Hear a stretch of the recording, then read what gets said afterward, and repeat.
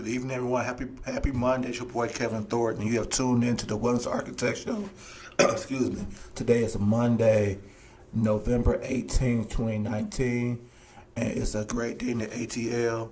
I have a great show today. I have an extraordinary guest that's doing many things. He's a true Renaissance man, I should say. Come to find out, as I was researching him, he is from my hometown. So then therefore I know he's a great man as it is. But I will talk about him a little bit in a minute. I want to thank everybody once again for supporting the show for the past 3 years. I want to thank all our new members that's coming from New Jersey, Baltimore, Japan, Ghana, Uganda, Ontario, Canada, and all those great places. Thank you so much for supporting us. 2 days I want you guys to remember, to mark down.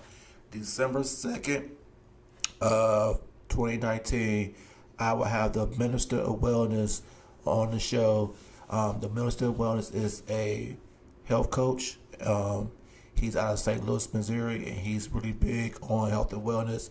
He has a real big YouTube platform, so all the questions you've been asking about that me and Lawrence been talking about, he's going to help confirm some stuff that we've been discussing. And then on December 16th, I just got this brother to come back and do it with me. We're going to have the men's round table discussion. The only female present is going to be Lotus. But we're going to have a sit-down conversation. It's going to be the men that are over 40 with the millennials. And we're going to have a sit-down conversation and try to connect and build a union. So mark those dates down. Without further ado, my lovely co-host, Lotus Rashay. How you doing, ma'am? Hey, Kevin. Good to see you again. Happy to be here. Will! What's happening? Will, hello. I'm so happy that you're here. Welcome back from your tour, and I'm sure you're going to talk about that later. So I want to welcome everybody here tonight. Thank you for joining us again for another fabulous Monday.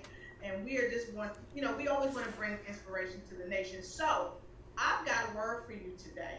And the word is S-A-R-T, right? No, it's S-T-A-R-T. Anybody knows what that spells? That spells start. A lot of people oftentimes say that they have problems with getting their business going. They have problems with pushing people out of their lives that don't deserve to be in their lives. And sometimes they just want to just do something different. Especially when we got a new year coming up, many people want to do something different. Well, you have to S-T-A-R-T. You have to start. And let me tell you, according to Webster's Dictionary, start says to come into being, begin, or be reckoned from a particular point in time or space. To cause something to come about. So what I'm saying to you today is put all your excuses aside. Everything that held you down this year or last year, don't let it stop you. And just S-T-A-R-T. Just start. You don't have to stop. You don't have to stumble. And even if you do stumble, just keep going.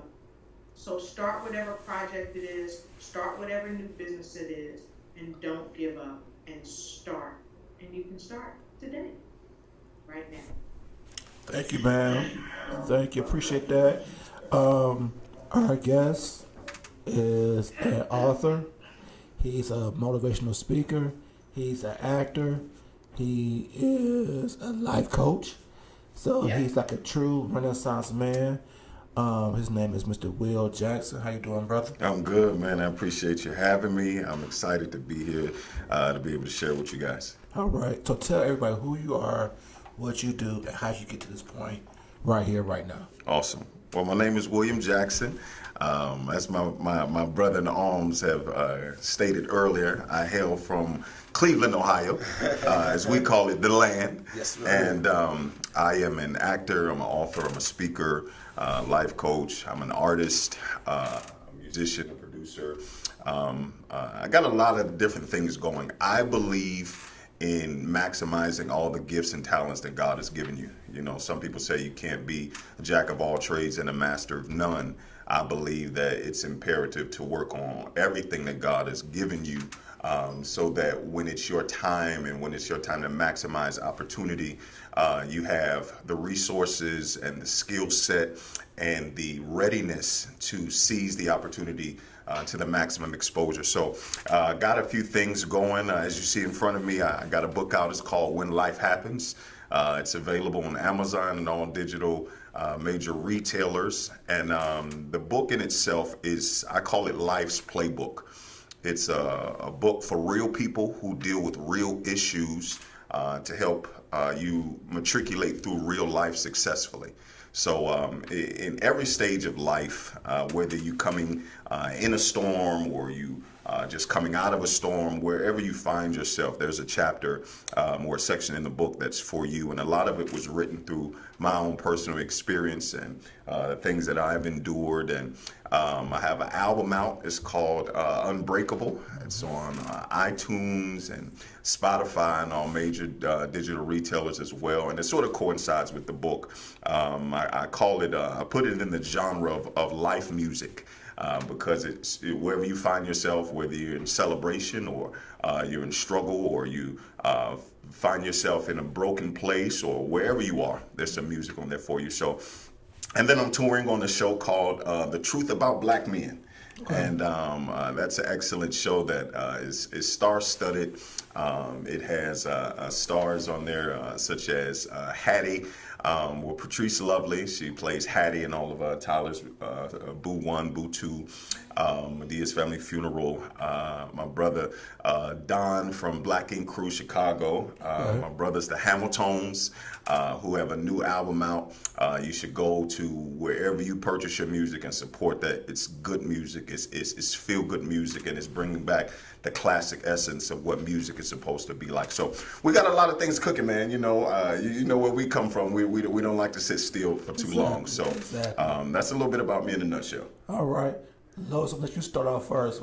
What's your questions you got for Mr. Jackson? Well, I don't have a question. I have a comment first. Okay. The comment is, I was waiting for Will to get to the point to say that he sings. He has this phenomenal song, and it's called You Deserve to Win, or I Deserve to Win. Yeah. It is so wonderful. He was on with Les Brown, and he actually sung the song live with Les Brown. But unfortunately, we don't have his keyboard or anything in front of us right now, unless I would put him right on the spot. But I wanted to say that because the song is phenomenal. Thank you. And Thank you. from time to time, with his permission, when I go live, I'm going to be playing that in my background because so many people feel so hopeless and so helpless, and they don't really believe or think they deserve to win. Yeah. But his song brings hope to the masses to let them know that they deserve to win.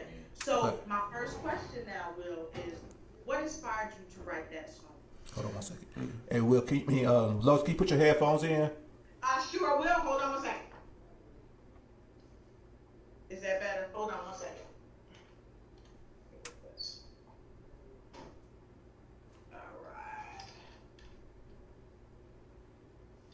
Okay, is that any better? Yep. Okay, much better. Let me move this over right quick. Okay, how's that? How's that? That's better. All right, fantastic. Now, what was your question again? I'm sorry. So my question was, and I think I know why it's a little low. Let me turn my volume up here, because I got my volume off on the computer, actually. Okay, is that better? Yeah. All right, fantastic. My first question for you, Will, is this. What made you write that song, I Deserve to Win? Well, the album within itself is really like my journey. And I've been through a lot of different things in life.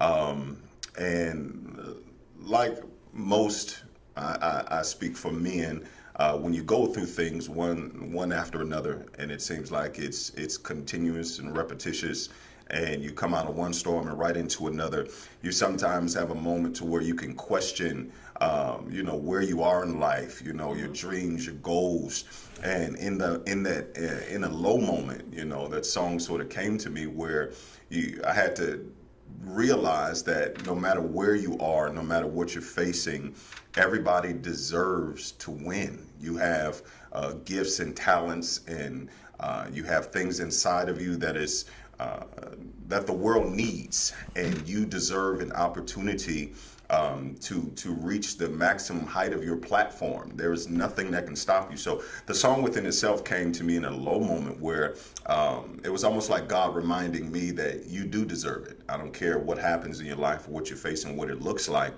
And if you can lock that in your thought process that you deserve more, then the thought then filters down into your emotions, and then it starts to connect with you, and then it comes out in your actions. And you can't go after more if you don't first believe that you deserve more. So that's where the song came from. That's a good point. And I think a lot of times too, especially people like us that are like servants, we tend to not really realize we deserve financial abundance for what we do. We tend to try to downplay what we do. Say that money's not an issue, but really, we should be, paid for what we do. Yeah. And I think so. Therefore, we have this mindset that we don't deserve it. Yeah. And so a lot of times, even with us, we have to change that mindset, change that switch, say, yeah, you do deserve it. Exactly. And then therefore, you will attract a different clientele, people that is ready to invest in you. Yep. So, my question is, what made you okay, we talked about this outside the air. Okay. Yeah. We both have a passion for men. Sure. What's your reason for being so passionate about the men? My passion for men is because a lot of men don't have support. A lot of things that I've been through in life, I had to learn and grow through on my own. I had to figure out how to put the pieces back together. I had to figure out how to build something, how to not only write an album, but to record it and do the music, and then the channels in order to get it out. Everything that I've done, I've had support, but it was a lot of learning curves. And for men who are called to lead and to be heads and to be kings and to reign from a place of rulership, if you don't have any help or any support, oftentimes you end up just going with the flow and you don't maximize your life. So my passion for men is just trying to get men to understand first their royalty and who they are called to be, and then motivating them and having them the desire to go after it, because life can beat you down, right? And it can take that desire from you, and then you no longer, if you don't want it, regardless as to if you recognize that you have greatness on the inside of you, if there's nothing pushing you towards greatness, you'll just settle for mediocrity. Absolutely. That's true. Absolutely. That's true. So, having said that, Will, I wanted to touch on something in your book. When you wrote your introduction in your book, you talked about how things kind of turn really tough in your life and how you experience storms in your life. And I like the way that you engaged your readers, because you asked the question, hey, have you ever had storms in your life and they seem to just keep raging on, and it's like one thing after another and one thing after another, and then you're really upset with yourself because it's raining outside and you can't make it stop raining. Yeah. And you're wondering why I can't make it stop raining. But you let people know that the rain is beyond you, and some things are not meant for you to fight. It's really meant, and in my words, it's just meant for you to flow. And I love that you did that, because so many people are in the storm of life and they never really understand what phase they're in and sometimes why they're in that phase. But what I like that you made so crystal clear is that many times these phases keep coming on and on and on. But you stood back and you analyzed it and you said, okay, why is this happening? When does it happen? When am I most vulnerable? And how do I maneuver through this storm, and how do I get out of the storm and still stay intact? And I use that today with someone who was going through the storm. And in fact, I told them, I said, I'm reading this book. The gentleman's going to be on our show tonight. You need to listen in because they're going through a storm. And a lot of times when we go through storms, we feel so all alone. So that's why I love it when you talked about it here in your book. And then when you talked about nouns. Yeah. You tell people that people, places, and things, everything affects us, and everything also can contribute to our storm. So can you kind of expound a little bit about what made you talk about that? Because a lot of times people don't like to talk about their storms. Yeah, for me, I think everything shifted for me when I was able to shift my perspective on the storm. A lot of times we focus on the negative aspects of it, what I've lost, what was broken, what was taken from me, having to rebuild. And we never or very seldomly focus on the positive aspects of pain. When you think about pain, the only thing that you necessarily associate it with is how uncomfortable it is. It hurts, but a lot of times we don't understand that what hurts us the most helped us the most. Yes. It's like an athlete who's training, and you go into a rigorous training, and you're lifting weights, and you're doing a lot of things that's punishing your body. It hurts. It's uncomfortable, but the reason why they're able to get up every day and do something that's uncomfortable is because they realize that this pain is producing more promise and possibility for me. So once you can start and really see that that's not just from a physical aspect, but in all areas of life, that the pain is producing growth in you, hence the term growing pains. It's uncomfortable. And I talk about that in the book, that it's uncomfortable when you start growing, but a teenage boy is excited when he feels those pains, because he realizes that when this summer is over, I'll probably grow another 2 inches. So when you can associate the pain with the possibility of the promise, then it sort of shifts your perspective. So it's almost like I'm okay with the hurt because I know the hurt is pushing me, it's developing me, it's creating a greater strength within me so that I'm able to access more in life. So when I shifted my perspective on pain, it then got to the point to where, okay, it hurts. Yeah, it's uncomfortable. Yeah. Do I wish I didn't have to go through that one? Yeah. Do I wish it was over? Yeah. However, I know that God sees something that I don't see. So if he's allowing it, it's because he's using it to push me into a greater area of purpose. I love that part, and I read that part, and when I got to that part, I was like, wow, being a prior athlete myself, I can really identify with what you're saying, because I remember my basketball coach, she would just push us to the brink. Yeah. And just when we thought it was over, it wasn't over. She was like, no, go again. Even when I was in the military, they would have us working out, and if one person messed up, we all had to get in there and do it all over again. And I remember we were on this thing called the grinder down in Florida when I was in boot camp, and the grinder would put these little dots in your hand because it's concrete and you're on there in push-up position for so long. But at the end of the boot camp, when you had to do your physical fitness test to be able to go to the next level, we were able to do it. Why? Because we endured the pain. And at that time, we didn't understand. I mean, you got kids, 18, 19, 20-year-old kids going into the military. They're not understanding that unless they're athletes most of the time. But it helped prepare us through the pain to get to prosperity. And I thought that was magnificent that you were able to write it so eloquently and help people really identify with, hey, you might be going through some pain now, but if you stick in there and you stick it out, you can make it to the light that's at the end of that tunnel. That's good. You know what? When you was talking earlier, you said you have all these different gifts and talents, and you want to maximize all of them.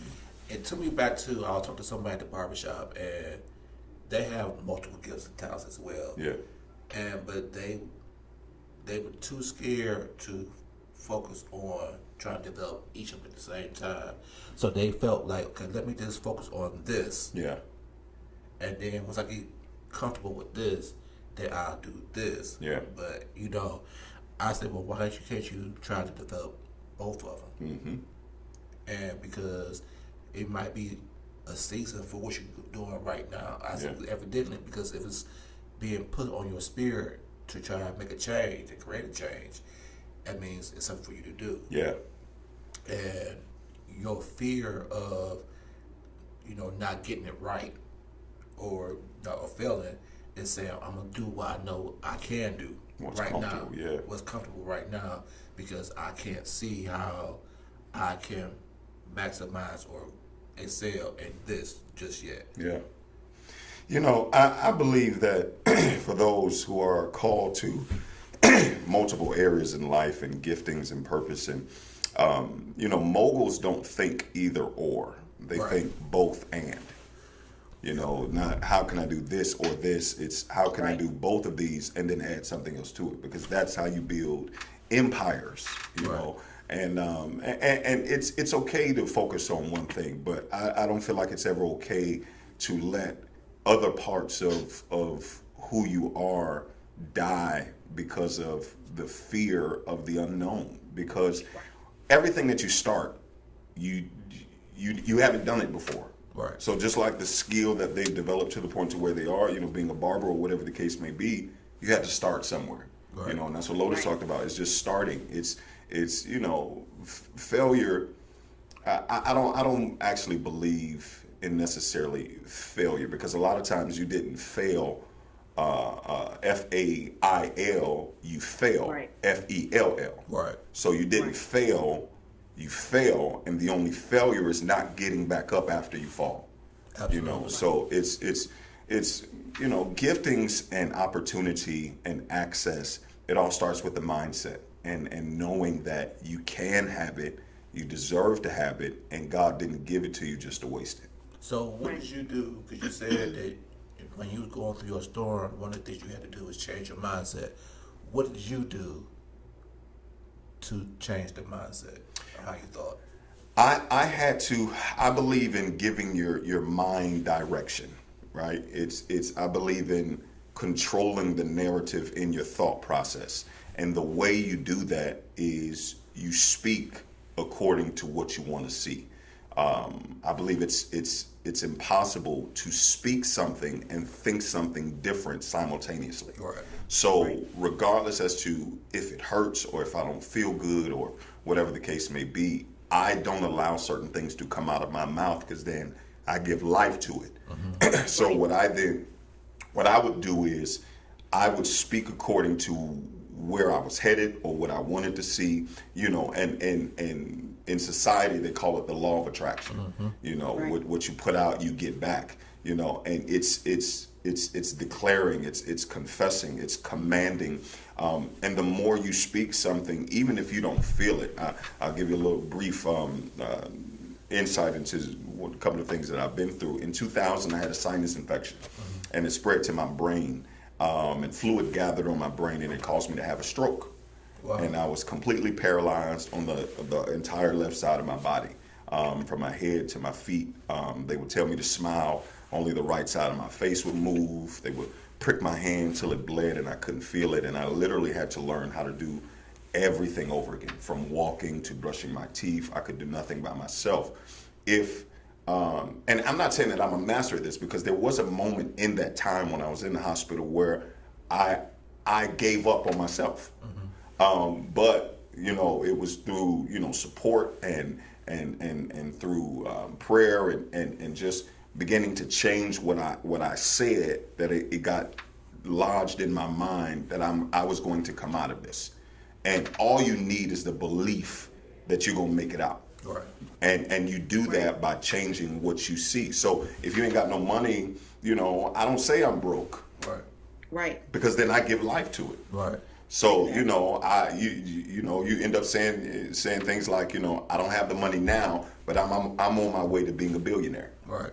Right. And the more you rehearse that, it gets lodged in your thought process. Right. Then in your thoughts, it filters into your emotions and out into your actions, and that's how you approach life with confidence. Love it. Love it. Lotus. Awesome, awesome, awesome. So my question is, can you share with us how you came to the realization that people, things, and events really affect and influence how you maneuver through life, and even sometimes if you don't, because sometimes people stagnate us. Oh yeah. I feel like all knowledge has a root in experience, and you experience certain things. You wherever you go, whoever you connect with, whatever you're around, they make deposits, Right. with or without your knowledge or your consent. The people, I say this often, it's in the book too, show me your friends, I'll show you your future. Because who you are associated with has the power to push you to your purpose or pull you away from it, unbeknownst to you. Exactly. And that's how people Exactly. look up 5 years have gone by and you're still in the same place, and you're like, how in 5 years have passed, I've done nothing.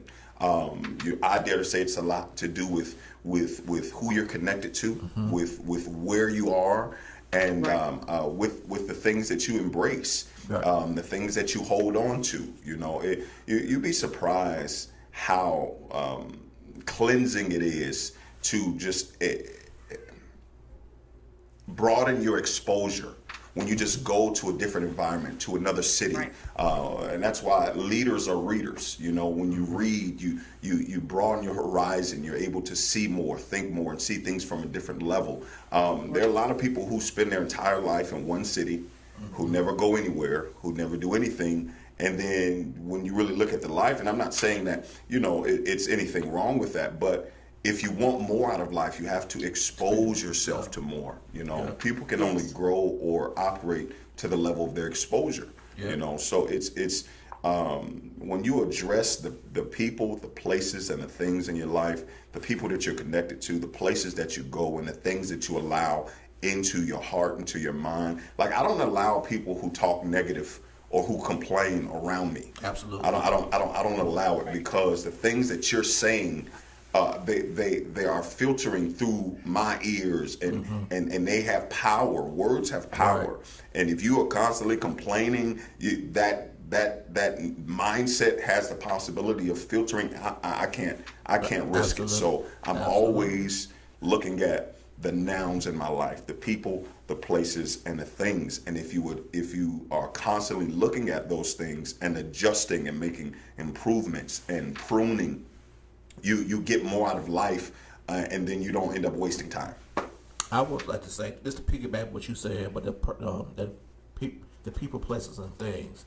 About a year ago or so ago, I had a young lady who reached out to me, and she wanted to pretty much do like a co-host gig with me, and she wanted to do like the inspirational thought and all that kind of stuff.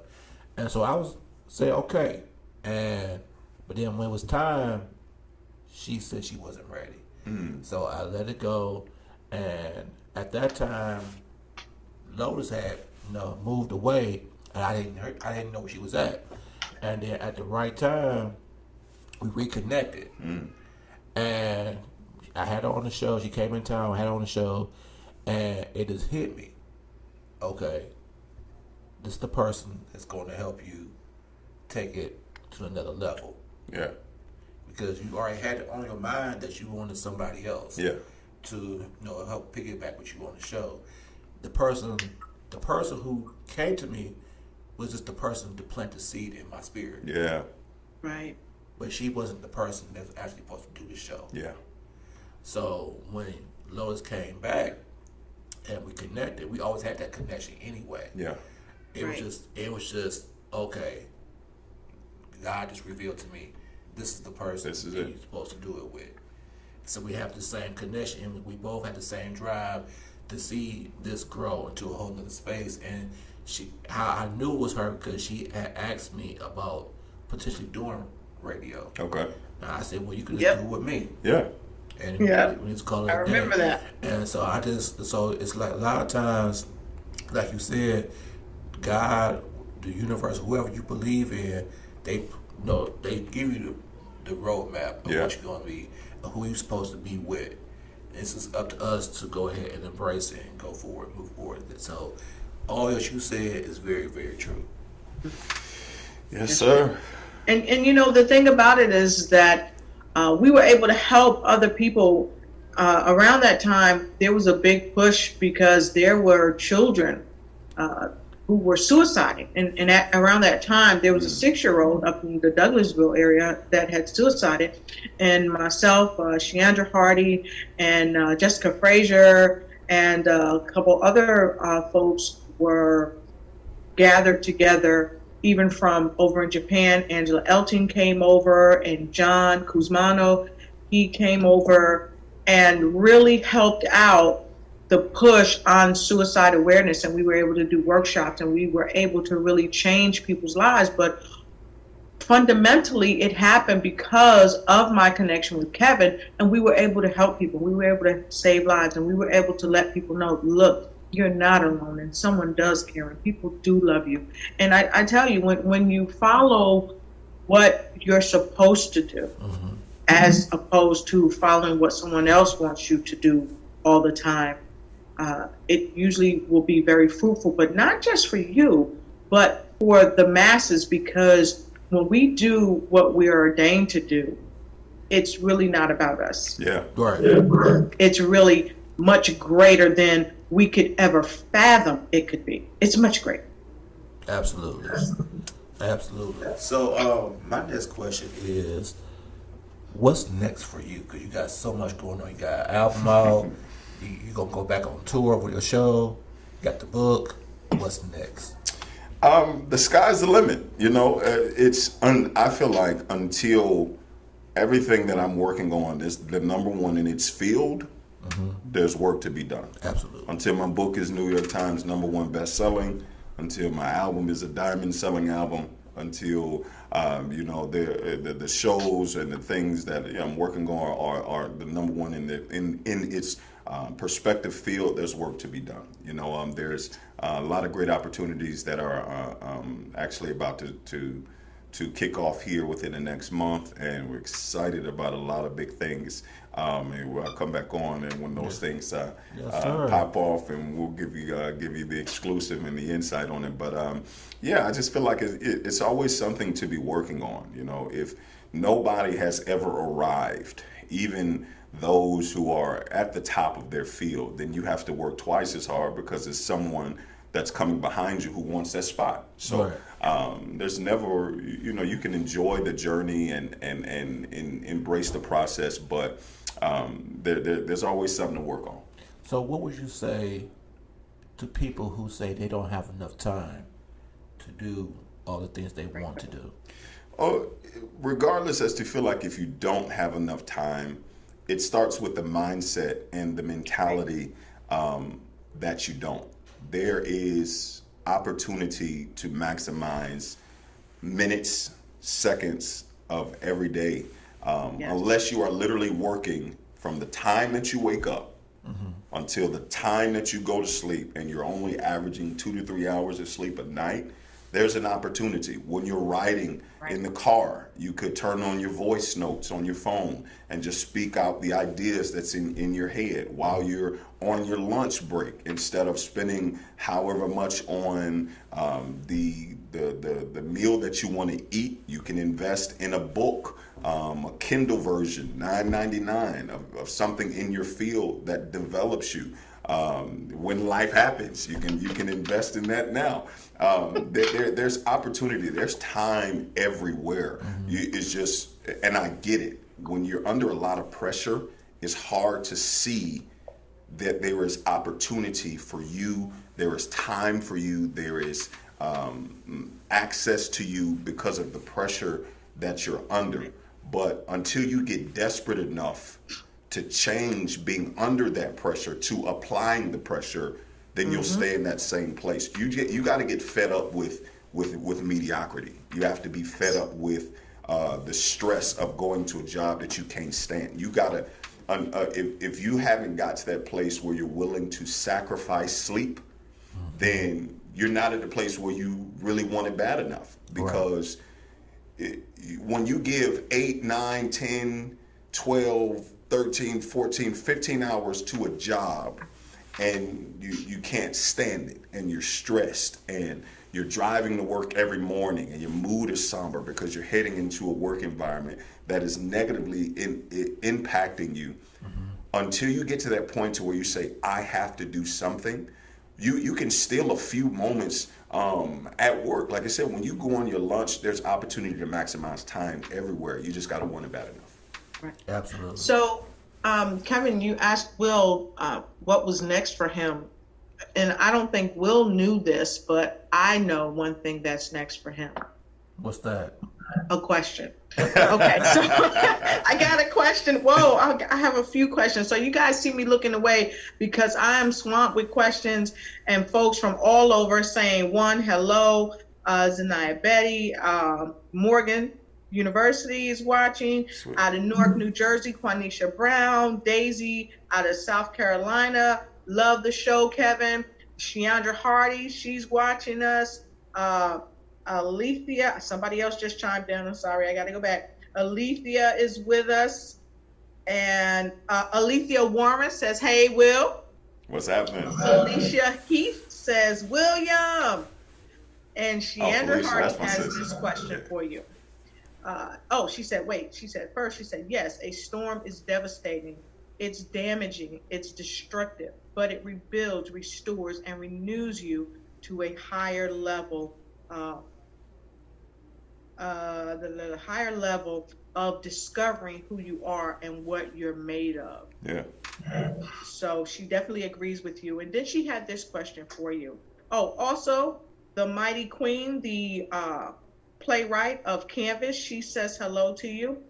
And Sheandra Hardy says she will purchase your book.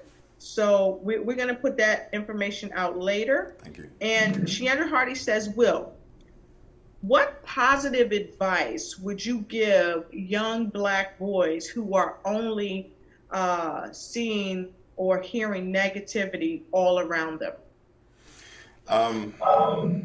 For those who only are experiencing, seeing, and hearing negativity around them, the first thing you got to do is address your nouns. You know,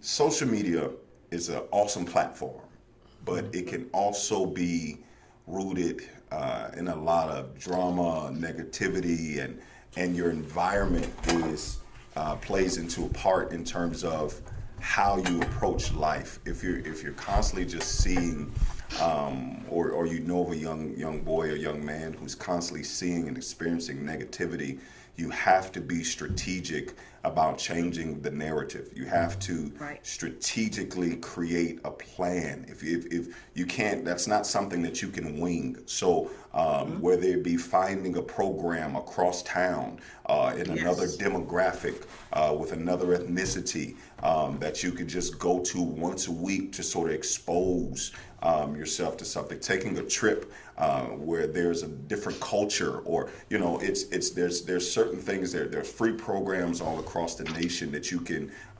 invest in. And I used to do this thing when I was younger, and I still do it periodically, is I would find people who sit in the tops of fields that I want to be in, and I would reach out and I would ask them, could I take them to lunch just for the opportunity to pick their brain? And you'd be surprised how many people sit with the desire to pour wealth and wisdom and insight and want to give you the game, but nobody's asking. Right. So it's I would just reach out to people. The worst that they can say is no. But you'd be surprised how many people literally are eager to share what they know. They want to help somebody. They want to see you win. But you gotta start shutting off access to the negativity, right? Whether there were times and seasons where literally I would go to work, I would do what I need to do, and then go home. because it was just so much going on in society and in community, and sometimes you just gotta shut off. You gotta shut in. And you gotta close off, because as long as you give it access, you give it power. Yep. Whatever you give access, you give power. So sometimes you gotta shut down. You gotta expose yourself, and there's so many ways to expose yourself without being a financial burden. But you know, whatever you desire, there's an outlet for it. So you just got to be willing to look for it. And to piggyback off of that, you know, before I moved down here, I used to be a member of the 100 Black Men of Indianapolis, and that was an outlet for the young boys as well, because the mindset is what you see is what you be. Yeah. And so, you know, and a lot of times these young men came to us and they never had true exposure to men that was positive like that, and so you can see the change in them during the time that they are there. So like you said, if you put them in groups like that or other opportunities where they are around people with that kind of mindset, then it will ultimately affect the change in them. To piggyback what you said too is what I agree, and me and Lois talk about this all the time. I have a ritual that I do every morning. So, like you said, the millionaires and the billionaires, they get up early. Yeah. So I'm up at 4, and so when I wake up, I hydrate, and then I meditate. I don't look at my phone. I don't turn on TV, because I want to control what's coming to my spirit. Yeah. So I meditate first, and then I'll pray, and then from there, while I'm getting dressed, I'll either play some life music, or I'll listen to something on like YouTube, some inspirational, motivational. Yeah. And then then I'll write into my gratitude journal, and then I'll go to the gym. And on the way to the gym, if I play some music, it's going to be something that's going to be like life music. It's going to feed my spirit, because I want to be able to control the narrative that how I see my day. Okay. Because a lot of times, if you turn on the TV, you turn on the news, the first 5-10 minutes is all negative. All negative. So then that feeds your spirit instantly. And then the same when if you like end of the night, if you what you watch on TV can make or break how you gonna start your day tomorrow. Oh yeah. So you watching all this stuff that's full of negativity, full of violence, then that's going to manifest into your spirit. Yeah. Yes. And so that's a lot of those different things play a part on how you see your life and all that kind of stuff. So I had to piggyback that. And gentlemen, a couple of our viewers have chimed in as well. Daisy out of New Jersey said, I would tell them to believe in themselves, our young men, try to stay close to positive people, have faith that they can be and do anything. And then Shiandra Hardy says that she's buying that book for her 19-year-old son, because she said, I think he can benefit from it. And then we have Christine Gales. I hope I'm saying your name right. If I don't say your name right, please forgive me. You could spell it out or something, and I'll get it. Christine Gales said, greetings. Felicia Heath, she says that she's watching. Christine Gales is from Cleveland, Ohio, so thank you for joining us from Cleveland. And Alan Millhouse says, what's up, bro? And still Sconsery, she said, hey, WeJ. Okay, and Alan Millhouse said he's proud of you. Lena Taylor, hey, Lena Taylor out of Baltimore. Thank you for coming on. And Alan Millhouse said, we love and support you wholeheartedly. Your ladder shall be greater. Love that song for Vicky Winans too. I love that. Alan Millhouse, he has always had greatness in him. So he's talking about you, Will. He says you've always had greatness in you, and of course we know that's true. And Felicia Heath, she says, that's good. Whatever you give access, you give power. She said, that's wisdom. Yes. Thanks, everybody, for chiming in. We appreciate it. Yes, ma'am. You have any questions for us, Mr. Lotus?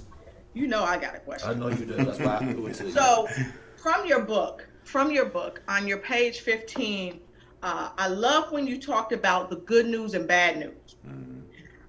I like especially when you talk down in the lower paragraph when you said, in most cases, you are asked to choose which one you want to hear first. And then you said, really? Well, the thing about that is a lot of times what you said earlier is just true. We allow when we greet bad news over and over and over again because we don't change our vibration. And our vibration that we send out is oftentimes negative, especially when we're allowing negative people to come in. So, can you share a little bit about what inspired you to write about the good news, bad news? Because that's very powerful, because it tells people how they think. And then, can you tell us what you got from it after you analyze the good news, bad news? Yeah, in the chapter I talk about, I believe the necessity in at all costs trying to keep good news and bad news separate. Regardless as to what order you get it in. If somebody tells you you have good news and you have bad news, instantly you begin bracing for bad news. Yes. Regardless as to how good the news may be. So I think it's imperative and a good life practice to just try to keep them separate so you can really maximize embracing the good news without having to minimize its impact according to the looming bad news that's on the way. Even if you get it Right. first, then you'll miss pieces of the good news that come second because you're still trying to process pain. The mind has a way of establishing a point of reference marker in your brain for pain. That's why it's easier to remember painful situations, but it's not always as easy to vividly remember the good that has happened. If you Right. got into a negative situation, you can remember where you were, you can remember what you had on, you can remember who was there, you can remember what they said because the impact of the pain resonates so strongly. But if there was a good moment, you might not be able to tell me as many details because good news sometimes gets lost in translation. So I think it's imperative to keep them separate so that you can maximize the good news in the moment and fully embrace it without having to wait for the other shoe to drop. Right. And I noticed in that chapter, if my memory serves me, you were when you started talking about it, you said, like basically I've got good news, but, and that you're so right. We get stuck in that but because we're so braced for that bad news. We turn our hearing, our mind, and our hearts off to the good news. And so when the good news do come, it doesn't seem as wonderful as it really should be, or as wonderfully as we should receive it, because we're still stuck on the but. Even if if the good news is, look, I'm gonna give you $1 million because I just won $64 million, but I can't give it to you till Wednesday, and today is Monday. So instead of us focusing on, wait a minute, Will just said he gonna give Kevin and Lotus $1 million. We get stuck on the Wednesday Yeah. instead of the $1 million. And for many people, $1 million is a lot of money and it can change a lot of lives. But instead of looking at the change that could come, we stay stuck in the but. Yeah. And it prevents us from moving on. So I thought that was really, really powerful. I love the book. Reading it. I appreciate It's it. magnificent. You have you have some love, Will. You got some love. Okay. And thank you for the thumbs up. Whoever just shot those thumbs up. Still, and I'm just gonna say still. You know who that is, right? Still? Sonnery. Sansaray, yeah. Yeah, that's Sansery. my Okay, sis, I hope yeah. I'm saying that right. Sansery said, "Love you so much, little brother." Love you too, sis. So let me ask you this. You walked right into that. So how does a man say to his oldest sister, because I'm the younger sister, say to his oldest sister, stay focused and know that things are coming? Because really, when you look at the book, when life happens, things are always going to happen. Yeah. So how do you, as a younger man, say to older men or older women, still stay focused because the best is yet to come? Well, I don't think that it's mainly based on the deliverer versus the person and the mindset of the person it's being delivered to. A lot of times people can't learn from younger people because in their mindset, I've already done that. I've already passed where you are. and then they shut their mind off to the possibility of gaining wisdom from somebody who may be younger than you, or somebody who may be in a different field from you. So I think that it's more based on the person who's hearing the information, because if you have, like for me, I feel like I can learn from anything and anybody. So it doesn't matter how old you are, it doesn't matter what you've been through. Everybody has something to give to the world. And if you, like, for instance, if you go on Instagram now, there are child prodigies in the areas of acting and music, and kids that I'm twice their age who could play me under the table. It's when you lower the thought process that I can't learn from anybody who may be younger than me, then you open yourself up to a whole new world of access to knowledge and to wealth and to wisdom, because a lot of times God gives the best information to people who are younger, or because they don't have the point of reference of trying to dilute the information. It's like having the fearlessness of a child. A child is fearless. They'll jump off of a coffee table, try to slide down some stairs on a coffee pot. Just, they're fearless. They don't understand the point of reference that, okay, if I do this and I'm going to get hurt, because I remember the last time that I was hurt. So when you can go back to that mentality to say, okay, I can be whatever I want to be, and I can do whatever I want to do, and be open to information from wherever it comes, then I think that we have a larger possibility to achieve what we set out to achieve. So I think it's more so on the person that's listening, because from a very young age, I was always leading adults. And whether it be in music, or whether it be in business, or whether it be in ministry, or it didn't necessarily matter.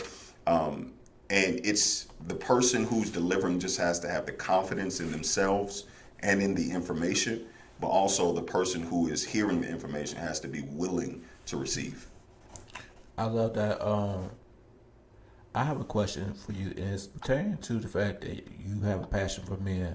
I have a passion for men. And like I said, I'm doing this show on the 16th, which you'll be part of. But my question to you is, since you're technically a millennial, what do you feel is the major disconnect from the millennials to my generation?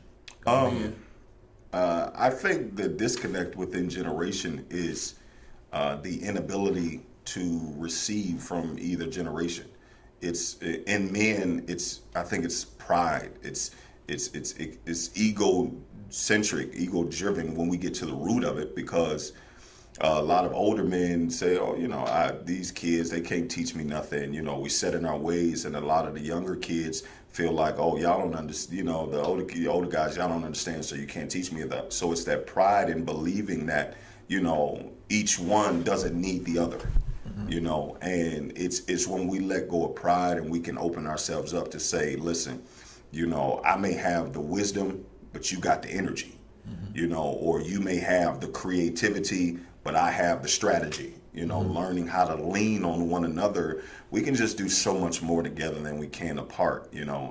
I think the disconnect is each one believing that they don't need the other. I like it. So I asked this question to the young lady last week. I'm going to ask it to you. Do you feel that my generation and other generations have failed you? And if so, how? Okay, now I'm different, Okay. right?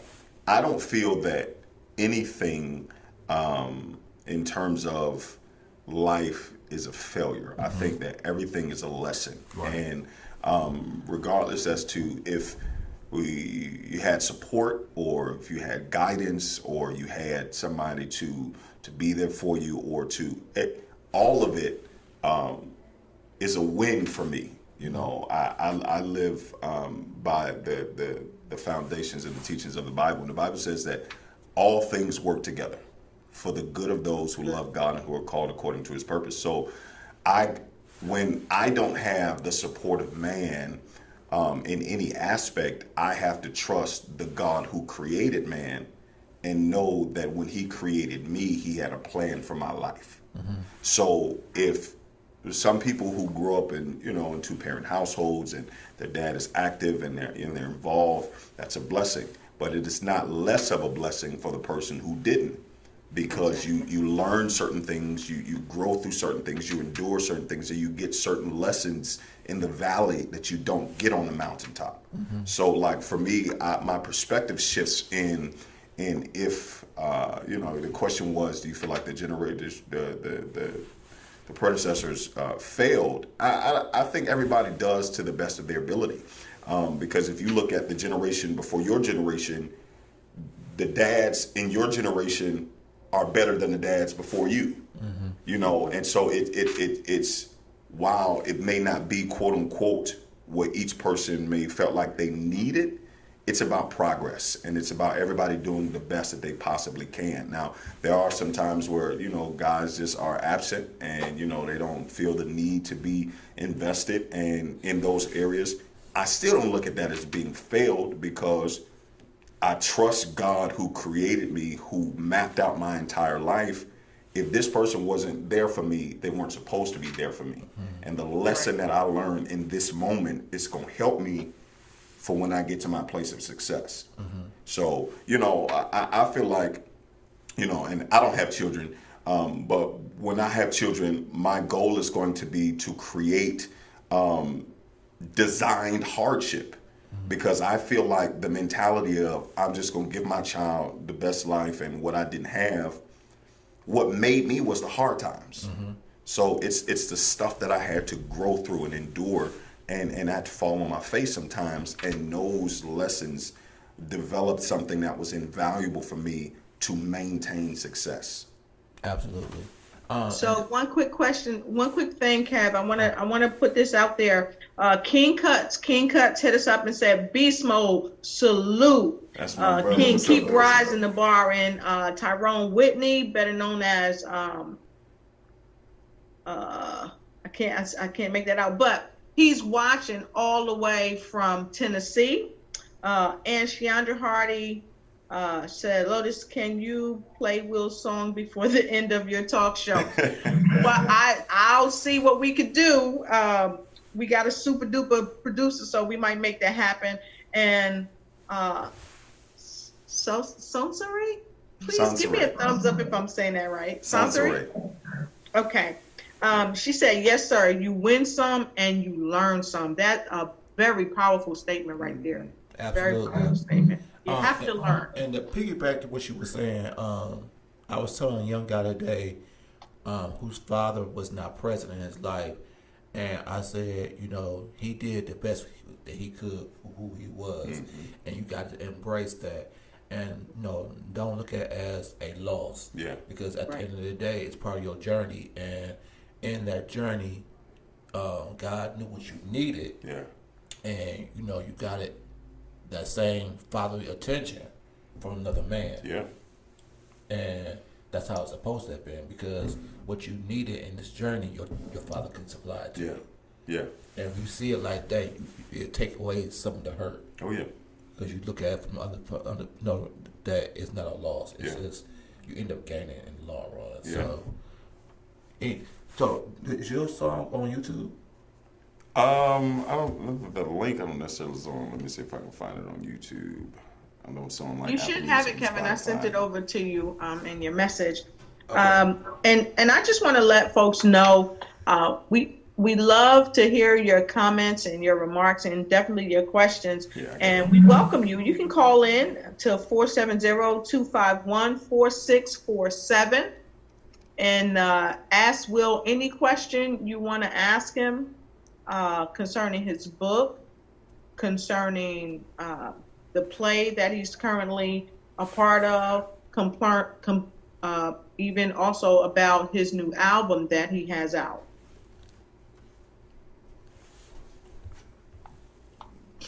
Go next, Lotus, real quick, please. Say again? I'm sorry. Go for the next question right quick. I'm trying to find the song for you. Okay. Thank you for trying to find that song for me. So this is what I wanted to share with you folks. If you didn't hear me, We love your questions. We really appreciate them. They're very thought-provoking, so please don't hesitate. You can call us. Give us about 5 minutes. We're going to try to find that song for you. But give us a call. You can call us at 470-251-4647, and you can ask Will any question you want to know about his book, okay, that I may not have gotten to yet, or you could text it to me and I'll surprise him with your question. Or you can also ask him about his wonderful new album that he has out. You can also ask him about the play. He's been on tour for quite a while, and from what I'm understanding, someone else is going to invite him to play a nice role in their upcoming play. I can't tell you who that is right now, but it'll come, and we'll let you know right here on the Kevin Thornton Wellness Architect Show. We'll definitely let you know.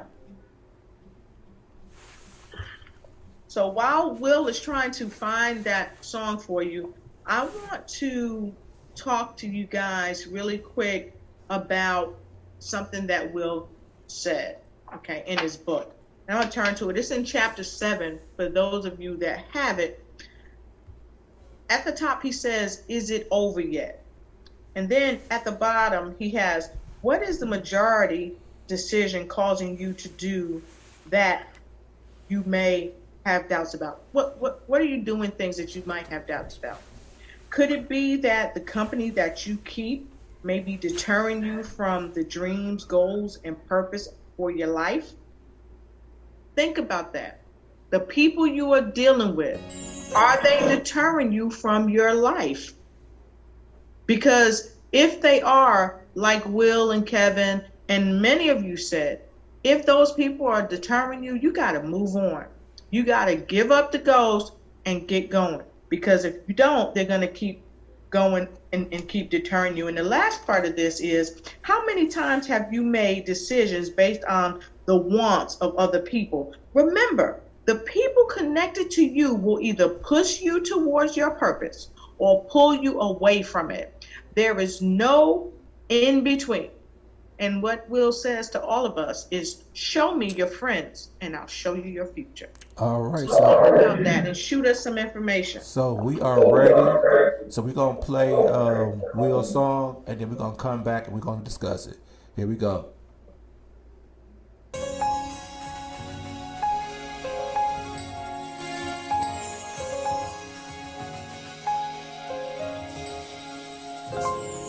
I've sacrificed so much of me to provide for my family. I've poured out my entire soul just to set my future free. Been knocked down so many times, been left for dead by friends of mine. Time and time again, and after all the things through that I've been, I deserve to win. I deserve to win. I deserve to win. Said I deserve to win.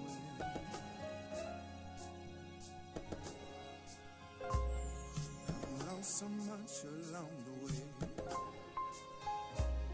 didn't think that I would see today, but I made it through that storm and rain, 'cause giving up ain't in my DNA.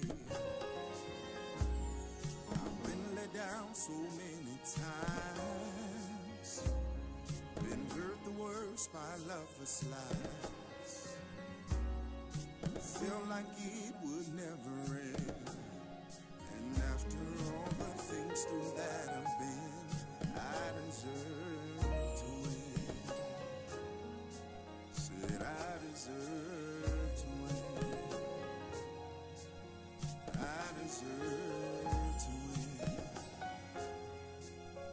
I deserve to win.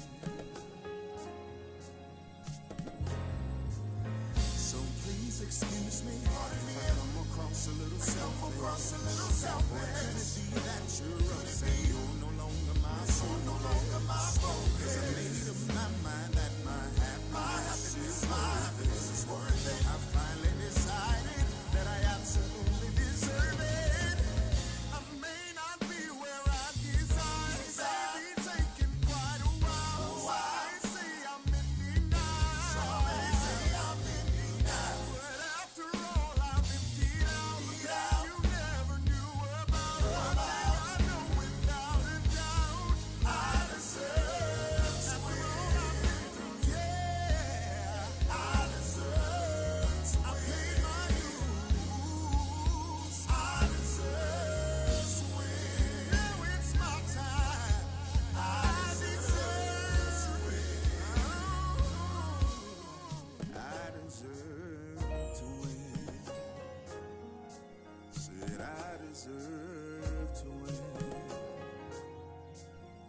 I deserve to win.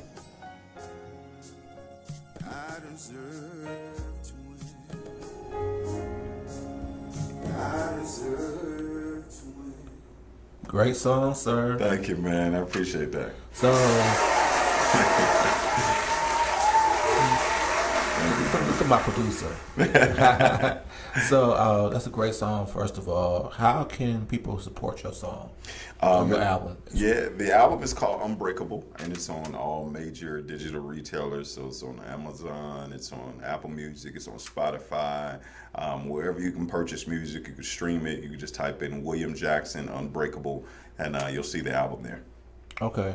And y'all know it's on my page, right? Go on get it, go on get it. So you have a book out and an album out at the same time. Yeah. So my question is for you to explain to the people, how was you able to create the time to do both at the same time? Well, like I said, for me, time has always pretty much been a little short because I've always had a lot going on, a lot of different things that I was working on, but I would make the sacrifice. And there were times when I'd wake up at 3 o'clock in the morning and I would go and I would sit and I would write. And, in terms of music and the creative process, stuff comes to you at random times, so could be driving down 285, and then all of a sudden a melody or a thought process would come to me in the song. And you pick and choose in times how you can do it, because I didn't sit down and do a full album all at once. Mm-hmm. I didn't write a full book all at once. It was a process, but I became committed to the process. So, like my book, it took me like a year and a half to write, because there was a lot of stuff that was going on in life. But when it came to me, I would sit out and I would set aside time and I would write. And I really didn't start off trying to write a book. Stuff started coming to me. I started writing, and then all of a sudden I looked up and saw that we had something here. And you just got to be committed to the process. It's not going to happen overnight, but you got to know that the work is worth it. And once you value the work that you're putting in, then you put forth the effort. Absolutely. Lotus? And I love that you say that too, Will, because you've been such a genuine person. I remember the first day he called me, right? Because I reached out to him and he called me, and I was like, okay, who's this? Because his number wasn't locked in my phone. And he was like, hey, this is how you doing? This is Will. Right? And I was like, hey, Will, how you doing? Because I was genuinely excited and happy to hear from him. One, because of the song, it's just so powerful. But then also, I was like, okay, he's got this book out. And when I saw the book and it said, when life happens, you got to go a step further. It says how to go from trap to triumph. And I just love that title, because a lot of people get stuck and trapped, and they don't know the way out so that they can triumph. And I was like, you know what? I really want to get to talk to him. I want to have him on the show, because Kevin, as you guys know, he loves doing everything that he can to promote the health and wellness of all people, but especially African American men, because there has been such a difficultness in this country for men of color. And when I saw Will and I got to hear a little bit about him, and I also listened to the interview that he did with Les Brown, I was like, yep, I've got to talk to him. I wanted to bring him on the show. And I was so happy when I reached out to Kevin. I said, listen, Kevin, this gentleman and Kevin is always so gracious and so kind. And he was like, yeah, let's bring him on. Let's bring him on. And so from that day till now, and this was what, over a month or so ago, right? First off? Yep. Every now and then we touch base, how you doing, whatever. And tonight he's here. And he's here for our guests so that you can ask him your questions, you can be inspired, and you can know that you deserve to win. Well, first of all, thank you for everything you just said for him and I. Yeah. I am, I'm very unapologetic in the fact that, I want to inspire, educate, and empower people to be the best version of themselves, mind, body, and spirit, and financial wellness. But I don't apologize for trying to showcase black men in a positive light. Yeah. I can't apologize for that because it's my responsibility. Yeah. If I'm gonna create a platform and to be an inspiration to other people, one of the things I want to do is to showcase black men in a different light because, mainstream media does not do that. True. No. And if we're waiting for them to show us in a better light, we're gonna be waiting a long time. Oh, yeah. So it's up to our responsibility, it's us. If we have podcasts, internet radio shows, YouTube, whatever you have, it's your duty to try to showcase the man in a different light, so you can control the narrative and let people see us in a different format than what they see on TV. So anytime she called me or she texted me, like, I got this brother, I'm already gung ho because, it's a black man doing great things. Yeah. So then she sent me the information and I go online and I see you and I'm like, okay. And then I do my research and I'm looking at your post and you're very inspirational, you're very motivational, and then you're this author, you this well-rounded Renaissance man. I appreciate that. Then you from Cleveland, so I had to have you. I had to have you because I just think it's just our duty. Yeah. And for you to come on the show, you have not disappointed. Oh, I appreciate it. Look, we family now. Look, listen, we're gonna build together, and I'm excited. When platforms like these. And okay, so you said the key word, and see, I don't believe in coincidences, all that kind of stuff. A lot of times, even though this is someone she found you, for you to come to the program, and the connection here, it was not a coincidence. Yeah. And we both had the same goals and dreams to try to help black men. Definitely. And it was like, okay, I need to put these two together. Yeah. They got great things going on as individuals, but I know, and they in the same city. Yeah. We could figure out a way to do something in the city to help our brothers, do better. So, yeah. Oh yeah, I'm excited. I'm excited what's coming out of the connection now. Like you said, nothing is coincidence. Everything happens according to plan and according to timing. And right. I'm excited about what we're all going to do together. Absolutely. Yes. I got something for you. Will, you've got Quanasia out of Newark, New Jersey. She says, wow, what a powerful song. You have Harriet Lewis, Songbird. She's out of California. I saw her just chime in. Sheandra Hardy, she said that was great. I love his song. It's a song of hope. I can see myself playing Will's song for my depression and suicidality. My suicide life coaching workshop to inspire individuals that there is hope. Yeah. Wow. Wow. That's good. And I'll have to sing your song out to Harriet Lewis. I think Harriet's on tour right now. I think she's in Dubai. And I'm sure she may not have heard your song, and maybe we could play it on the way out. Oh yeah, come on, Dubai goals. Yeah, that's awesome. That's good. That was the whole intent.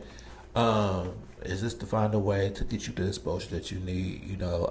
I know, especially with Lotus being a military person, she has people all across the United States and international. So it's a great way for you to be seen and heard across the board. And I'm definitely grateful. So however we could do that, that was our intent. I know we have a big following in Africa, so I know they'll be listening for it as well too. So awesome. So okay, we got another question. Sure. Now, some of you don't have the book, and I know a lot of you gonna get the book, right? Right. Because Will gonna tell us how this evening how to get the book, because I already know how to get the book. But anyway, in chapter 9, Will, you talked about it's all in how you sway, SWAY. Can you kind of tell us what sway is and what you mean by that?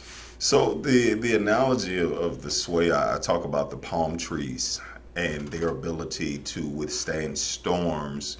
It's because in their ability to be flexible and not resist or push against the force of the wind, but to blow with the wind.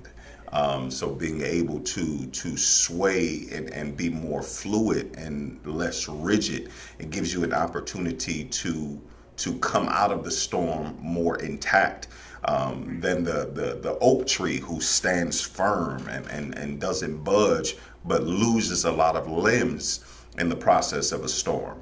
So, there's something to be said in your ability to be fluid within storms and to not be so set on this is how I have to go through it. This is how I have to come out of it. This is the specific time, the specific point, and the specific place. But being able to say, okay, I really don't have control over this storm. So let me find out what strategy I can learn in this in this moment. How can I be strategic? How can I be willing? And being willing to go through it, because a lot of times we waste time in storms complaining about why we shouldn't be there. And, we're unwilling to embrace the mentality that I have to go through this and I'm going to come out of it. So being willing and then adjusting, making adjustments within the storm, being able to make an adjustment to say, okay, this didn't work. Okay, so now I need to do this. Okay, I tried this. Okay, being fluid and then being willing to yield, right? So sway, I use it as an acronym, right? You strategically, willingly, strategic willingness in adjusting and yielding to the storm, right? So if you yield to it instead of trying to fight against it, you'll have a greater probability to come out whole and intact. But a lot of times we try to fight against it. I shouldn't be here. This shouldn't be happening to me. Well, why did this happen? And we don't want to change the behaviors that got us into the storm in the first place. Because a lot of times, if we're honest, we got into some stuff because of us. I know that there were some storms that I got into because I made mistakes. And if I don't adjust how I got there, then I'm just going to end up back there in the future. Absolutely. So being able to be strategic, to be willing to say, okay, I'm going to go through this. I'm gonna stop complaining about it, making the adjustments that you need, and yielding to the force of the storm. Because once you realize that you're unbreakable, hence the name of the album, that you're going to go through it, but you're going to bounce back from it. And the palm tree gives us the perfect example, because the winds may blow. But one thing you got to realize is that you were built unbreakable.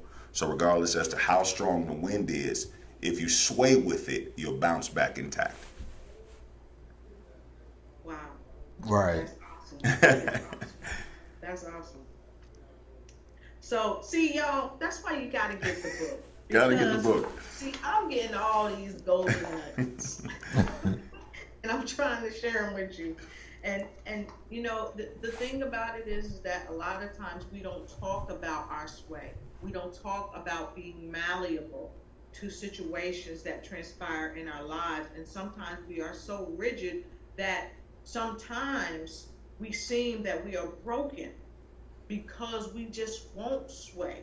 We just have to be so pressed up against what's coming our way instead of saying, okay, Lord, I'm going to go ahead and bend. I'm going to stay in flow because I know that you already got me. So I'm going to stay in the flow, and I'm going to sway with whatever is coming my way, because when I sway with it, okay, whatever punch is coming, it's not going to hit me as hard. Yeah. Because I'm still a moving target. When the depression comes, it's not going to hit me as hard because I'm still swaying. I'm still a moving target. So as long as you keeping things in motion, as long as you swaying, guess what? Depression is not going to stick for long. Yeah. It won't last. Thoughts of suicide is not going to stick for long because you swaying and hopefully in the direction of somebody that's going to say, guess what? God loves you and so do I. You have a purpose for being here. So you swaying and you staying in your flow. And I'm telling you, this book is just jam-packed, powerful, and I love that, Will, that you're here to really just tell people about it, so they don't have to listen to me. They can just know you. So I received a text, and they wanted to know from you. They heard Lois and my story of how we became who we are. They want to know how you become this author slash life coach. That how do you find that as your purpose? I think purpose is revealed through process, because I didn't start out wanting to be an author. I didn't start out wanting to be certain things that God had in store for me. But there are certain parts of life and purpose that are unlocked through your process. The more you grow and the more you evolve.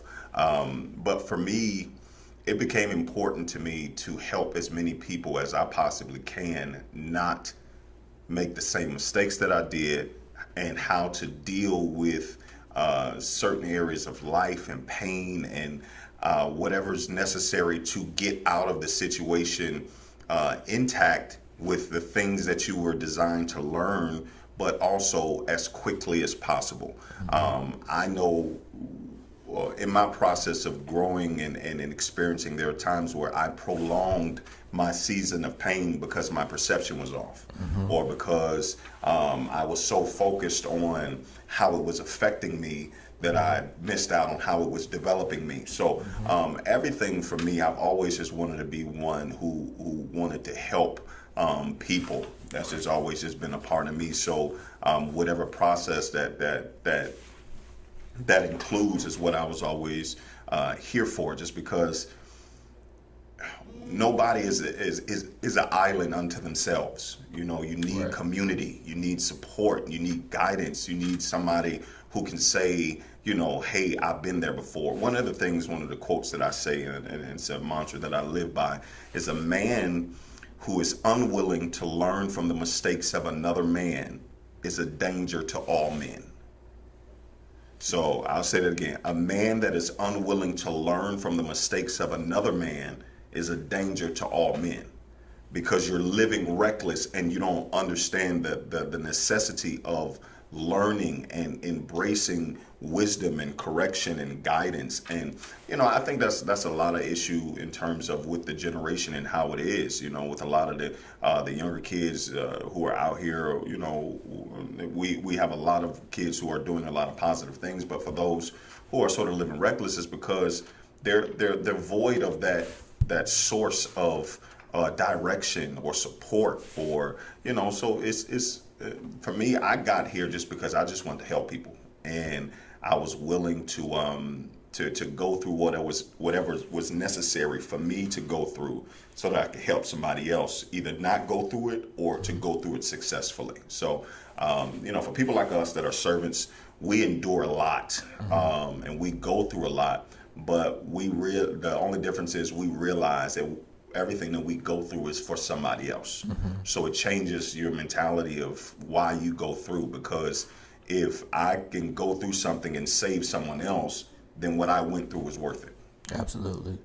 And so the follow-up question that either one of you guys could answer is, how do you know when God is showing you through the process your purpose? How do you know that's when it's supposed to be?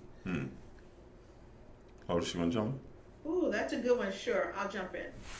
I think when you realize that God is showing you what your purpose is when you learn to listen. And I think Will has touched on that. Kevin has touched on that. We all have touched on that at some juncture. You have to learn to listen to that still voice inside of you, and be still in the moment, so that you can hear God's voice speaking to you. And it won't be jumbled. It will be just as clear as the nose on your face. And when you hear it, you will know, because it will be like no other voice that you've ever heard coming outside of you, because God is within you. So it will be coming from within to help you move to without. And that's how you'll know it is. And then you'll be certain. You will know that you know that you know. You will know so strongly that you will be willing to die for it. At least that's how it came to me. I knew it for certainty. And that's how you begin to know your purpose. And as you go, you will better understand your purpose because the universe, through God's power, will begin to move people, places, and things to you to pull out the very best of you so that you can continue to pursue your purpose and come out intact and weather the storm. And every time you weather the storm, guess what? God is going to have someone there that you are supposed to connect with to help you get through. That's how you know it's God's voice. Because if God is leading you to it, God will bring you through it. Yes, sir, man. Oh yeah, and I just to piggyback on that, I would say too is understanding your purpose is rooted in the things that you're passionate about.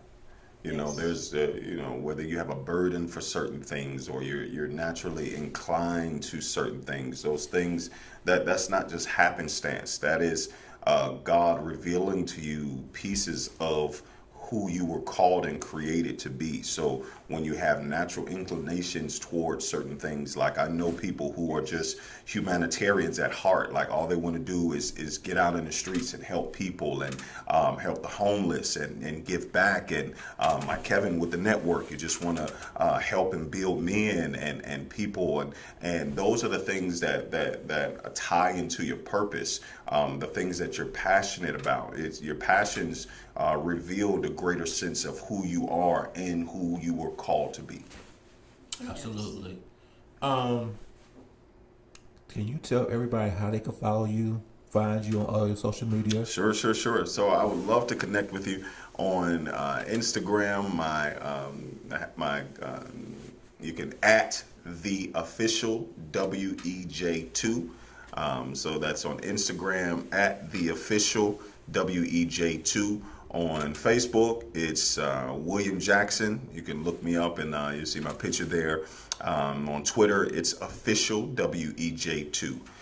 So I would love to connect with you. And if you have just any questions or any way that I can help, or we can just build and grow together, my email address is WILLE Jackson, JACKSON, the number 2 at gmail.com. So that's Will E Jackson 2 at gmail.com. So let's connect, man, and let's do life together. All right. So tell them one more time how they can get your book. So my book is available on all major digital retailers. You can go to Amazon right now and type in When Life Happens, William Jackson, and you'll see the cover come up. So it's on Amazon. It's in both paperback and the Kindle version. So whichever the way that you read, or if you want to put it on a device, or you want to have one tangible to hold and read through, you can get that on Amazon right now. The album Unbreakable is all major digital retailers. You can just look up William Jackson Unbreakable, and there's some songs on there that's really going to touch you and move you, like I Deserve to Win, and I appreciate all of the support. All right. Last thing. Yeah. I want you to end it by speaking to you from your heart, wherever you feel is you being led to tell the audience. Yeah. Well, just keeping in line with what we've been talking about today, it's imperative for you to know, wherever you are in life, that you deserve to win. There's a space called more that is designed for you to have access to. Wherever you are in life, you could be the CEO of a Fortune 500 company, or you can be in the hood on the block. It don't matter where you are. There's a space called more for you. And I know sometimes it's hard to see that when you're trapped and you don't understand how you're going to get out, and you don't know when the next meal is coming from, or when the help is coming, and you feel like you've been there for such a long time. It's important for you to know, just like I do daily, is you have to speak the things that you desire to see. The words have the power to shape the life that you live. You do not have to settle for a life beneath the purpose that God has created you for. You were created on purpose, for purpose, and with purpose. And God didn't make a mistake in creating you. You have everything inside of you. In order to win, you have to first believe that you deserve to win, And then you have to shift your mindset in figuring out how you're going to get to your winning lifestyle. You are a winner, regardless as if do you see it or not. God has a purpose and a plan even for your pain. And if he allowed it, it's because he wants to use it. Trust me, God doesn't waste anything. There is nothing that you are going through, even though it caught you off guard, it didn't catch God off guard. God never has an oops moment. He never has a moment where he said, oh, I didn't see that coming. No, he saw your life from beginning to end and planned every single moment of your life. So trust the plan, trust the process, and know that the space of more that's designed for you is a space that you deserve. And if by chance you forget everything that I say, everything that we've said here tonight, 3 things never ever to forget in life. No matter where you go, you can do it all wrong or you can do it all right. God loves you. God believes in you. And so do I. Love it. Lotus, tell everybody how they can find you. That those don't know.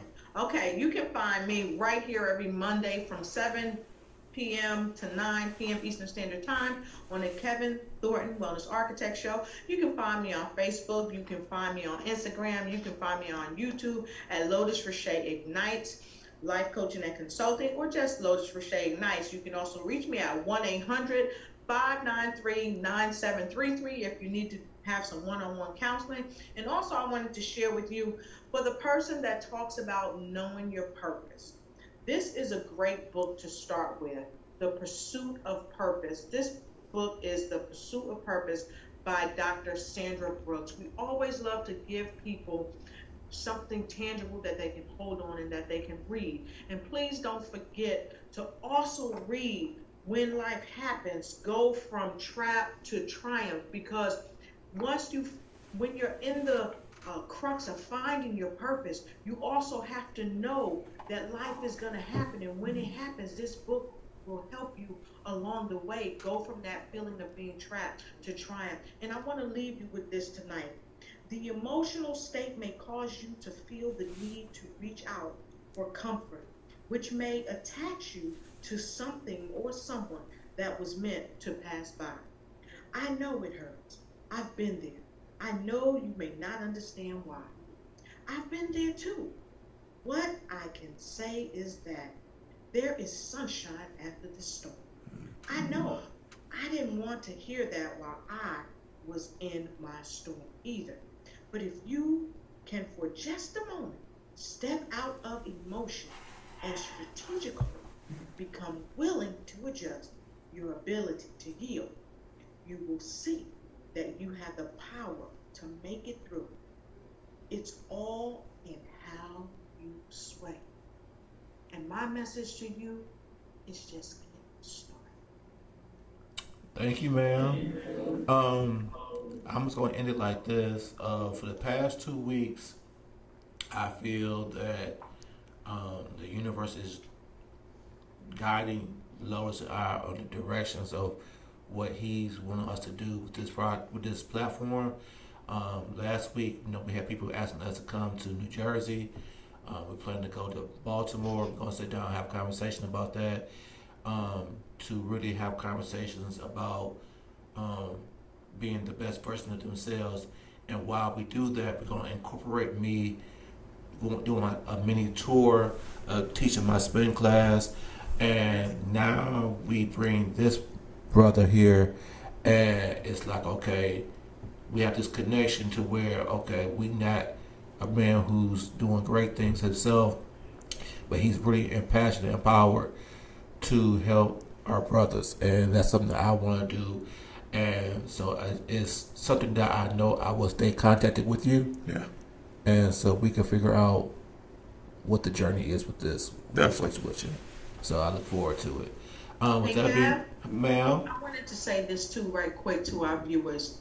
We love you. We appreciate you. And always remember, when you come on, like, share, follow, and on our YouTube pages and every other page, subscribe, especially to Will. This is how we show our love to artists and creators like Will. Like, share, subscribe, follow, And buy. and definitely subscribe. And buy.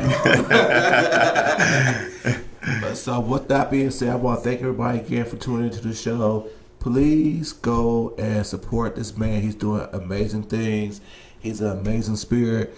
With that being said, be great, be authentic, be unapologetic, be you. We're out. Peace.